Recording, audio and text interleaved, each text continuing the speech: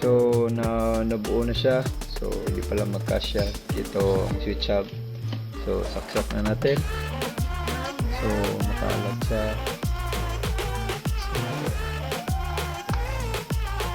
Ayun, gumana na lahat. So kulang ito is replace na lang ng SD card. Wala pang SD card sa loob, saksakan pa natin. So ito na yung harap. Yan. Ito na yung harap. And then so siguro sa labas na lang siguro. Okay. Sa labas na siguro. So all goods na. So kulang ito is replace na lang, tapos antena yung EP natin. So yun lang. Maraming salamat.